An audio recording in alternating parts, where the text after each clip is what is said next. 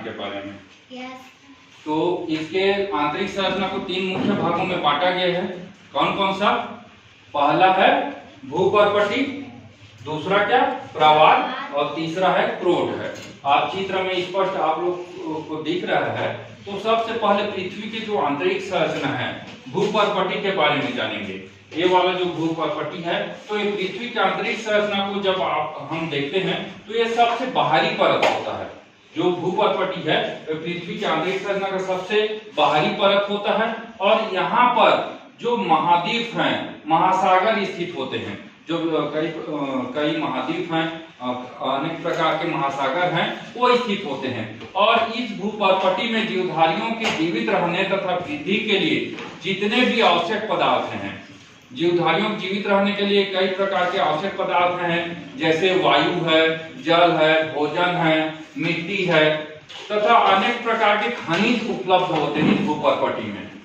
ठीक है ना। इसके अलावा जो इसके ऊपरी परत में, जो पृथ्वी की आंतरिक संरचना देखेंगे तो भूपर्पटी है, जो उसके ऊपरी परत में मृत पौधे और जंतुओं के सड़े गले अवशेष होते हैं, और विभिन्न प्रकार के जो खनिज हैं, कई प्रकार के खनिज है हमारे पृथ्वी में, उसमें जैसे लोहा है, एल्यूमिनियम, तांबा, कोयला, चूना पत्थर, पेट्रोलियम, प्राकृतिक गैस, ये सभी प्राप्त होते हैं इस भूपर्पटी से।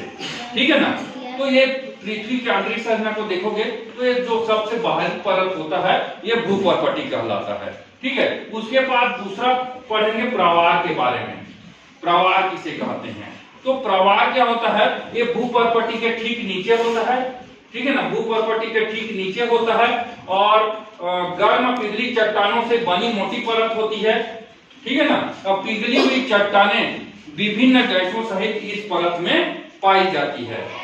इसके बाद पृथ्वी की आंतरिक संरचना को देखेंगे तो तीसरा है ये क्रोड होता है। तो ये सबसे प्रवाल के नीचे होता है। ठीक है। ये प्रवाल था, ये क्रोड है। तो ये प्रवाल के ठीक नीचे और पृथ्वी की आंतरिक संरचना का सबसे भीतरी भाग होता है। तो ये सबसे भीतरी भाग क्या कहलाता है? ये क्रोड कहलाता है। तो ये प्रवाल की तुलना में जो एक क्रोड होता है ये अधिक गर्म होता है, उसके तुलना में बहुत ज्यादा गर्म होता है। ठीक है ना। इसके अलावा ये जो केंद्रीय भाग है, मतलब जो क्रोड का मध्य वाला भाग है, यहाँ पर जो लोहा और निकिल जो धातु है, ठीक है, लोहा और निकिल धातु ये ठोस रूप में पाया जाता है, जबकि बाहरी भाग में लोहा क्या होता है? पिघले हुए रूप में पाया जाता है।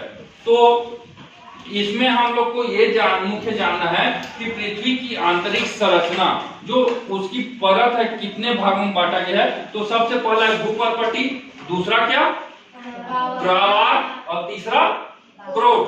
ठीक है ना। इस तरह से पृथ्वी की आंतरिक संरचना को 3 मुख्य उसके परत है, और ये नामांकित चित्र सहित आप लोग को समझाना है।